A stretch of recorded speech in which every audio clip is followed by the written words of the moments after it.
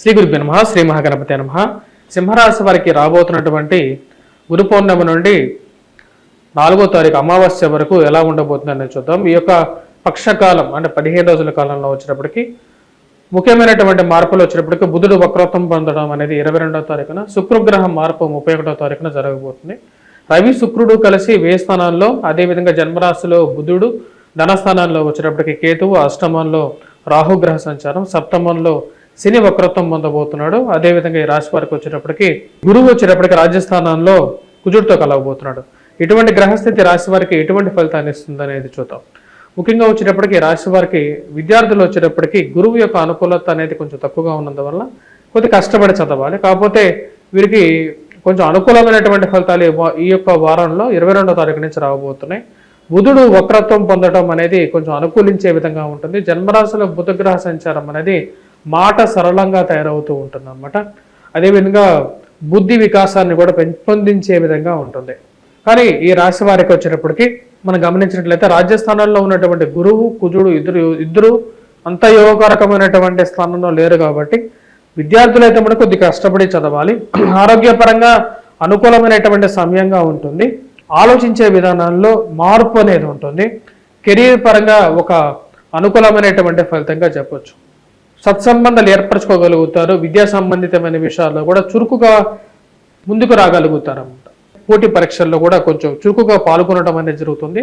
Groups, civils exams గురించి prepare అవ్వాలనుకున్నటువంటి వారికి కూడా కొంచెం అనుకూలమైనటువంటి ఫలితాలు ఎక్కువగా పొందగలుగుతారు. కొంచెం ప్రతికూలంగా వచ్చినప్పటికీ గురువు యొక్క ప్రతికూలత అనేది కొంచెం వేధించే విధంగా ఉంటుంది. సంతాన సంబంధితమైన విషయాల్లో ఈ రాశి వారికి వచ్చినప్పటికీ సప్తమంలో ఉన్నటువంటి శని కొంచెం ప్రతికూలమైనటువంటి ఫలితాలు కూడా ఇచ్చే విధంగా ఉన్నాడు. సింహరాశి వారికి అంత అనుకూలమైనటువంటి స్థితిగా గోచరించట్లేదు. అంటే ముఖ్యంగా వచ్చినప్పటికీ జన్మరాశిలో ఈ రాశి వారికి వచ్చినప్పటికీ బుధగ్రహ సంచారం వ్యాపార ప్రయత్నాల్లో అనుకూలత, ఉద్యోగ ప్రయత్నాల్లో అనుకూలమైనటువంటి ఫలితాలు ఇవ్వగలుగుతుంది. వివాహ ప్రయత్న సంబంధితమైన విషయాల్లో కొంచెం సౌమ్యమైనటువంటి స్థితిని తీసుకొస్తుంది అన్నమాట.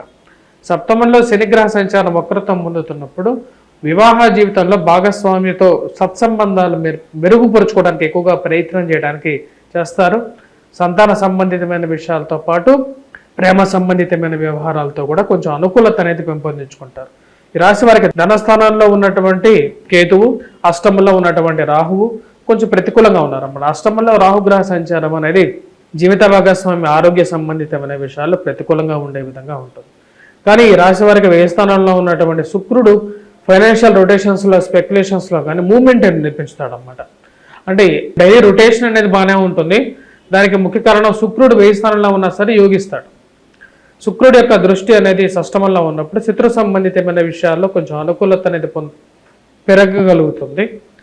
రాజ్యస్థానాల్లో ఉన్నటువంటి కుజుడు, గురువు ఇద్దరు అంత యోగ్యాన్ని ఇవ్వట్లేదు. ఉద్యోగ సంబంధితమైన విషయాల్లో మాట్లాడేటప్పుడు ఈ ఉన్నతాధికారులతో కానీ ఎవరితో మాట్లాడేటప్పుడు కొంచెం జాగ్రత్తగా మాట్లాడండి. సౌమ్యమైనటువంటి దృష్టితో మాట్లాడండి.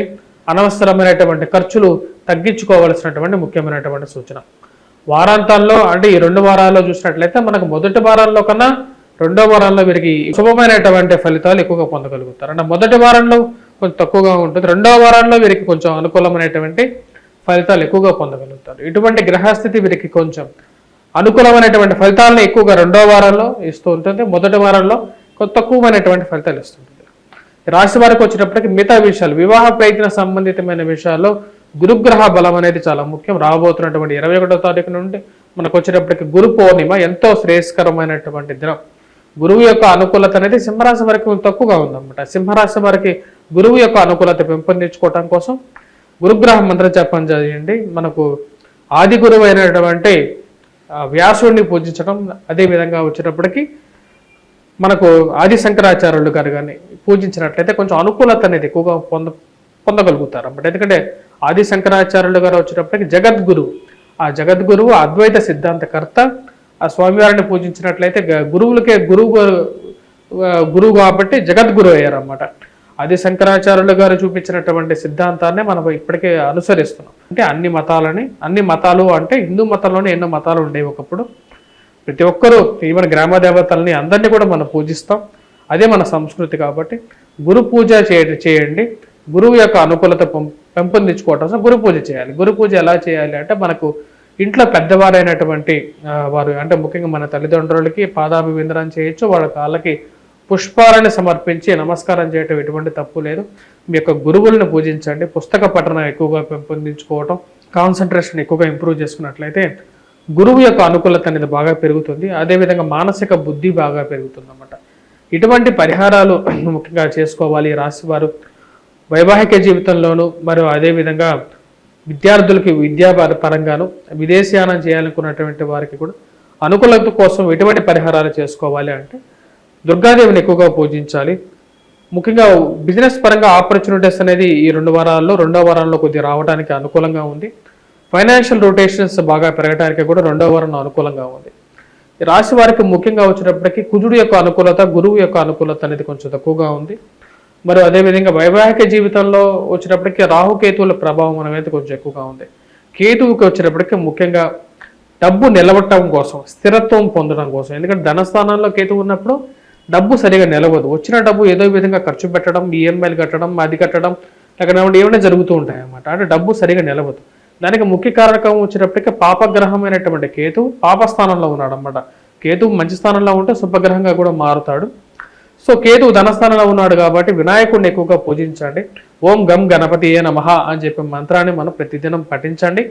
అష్టమంలో వచ్చినప్పటికీ రాహు ఉన్నప్పుడు వైవాహిక జీవితంలో ప్రతిబంధకంగా ఉంటుంది కాబట్టి జీవిత భాగస్వామి ఆరోగ్య సంబంధితమైన విషయాల్లో కూడా అనుకూలత కోసం రాహుగ్రహం మంత్ర జపం అనేది చేయండి. రాహు యొక్క మార్పు గురించి సపరేట్ వీడియో చేయడం జరిగింది, నక్షత్రం మార్పు గురించి. దాని గురించి కూడా మీరు తెలుసుకోవచ్చు. ఒక రాశిలో ఉన్నటువంటి వారికి రాజకీయ నాయకులకు ఎలా ఉందని చూద్దాం. రాజకీయ నాయకులకు వచ్చేటప్పటికి సింహరాశిలో ఉన్నటువంటి రాజకీయ నాయకులకి ధనస్థానంలో ఉన్నటువంటి కేతు వచ్చినప్పటికీ ఇరుగు పొరుగు సఖ్యత విషయంలో కొన్ని కష్టాలు కలిగించినప్పటికీ బుధుడి యొక్క అనుకూలత అనేది ఈ యొక్క రాబోతున్నటువంటి 2 వారాలు కలిసి వస్తుంది.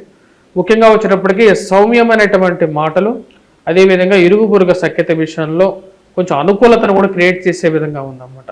కూట సంబంధితమైన వ్యవహారాలు కొన్ని కష్టాన్ని కూడా కలిగించే విధంగా ఉంది. కాబట్టి రాశి వారికి బుధుడి యొక్క అనుకూలత అనేది బాగా కలిసి వస్తున్నది. శుక్రుడు కూడా 1000 స్థానంలో మంచి స్థానంలో ఉన్నాడు. తద్వారా వచ్చేటప్పటికి ఈ రాజకీయ నాయకులు కూడా కొంచెం అనుకూలమైనటువంటి ఫలితాలే గోచరిస్తూ ఉన్నాయి. ముఖ్యంగా బుధుడు శుక్రుడు యొక్క అనుకూలత అనేది కొంచెం ఈ యొక్క రాబోయే 2 వారాల్లో 2వ వారాల్లో ఎక్కువగా అనుకూలత, ముఖ్యంగా 22వ తారీఖు నుంచి కొంచెం ఎక్కువగా అనుకూలమైనటువంటి ఫలితాలు పొందడం అనేది జరుగుతుంది. ఆ యొక్క విషయాలను గమనించాలి. అదేవిధంగా వ్యాపార ప్రయత్న సంబంధితమైన విషయాల్లో ఫైనాన్షియల్గా వచ్చేటప్పటికి రొటేషన్ బాగుంటుంది అన్నమాట. అదేవిధంగా ఖర్చు కూడా అదేవిధంగా వెంటాడే విధంగా ఉంటుంది రాశి వారికి. స్వస్తి.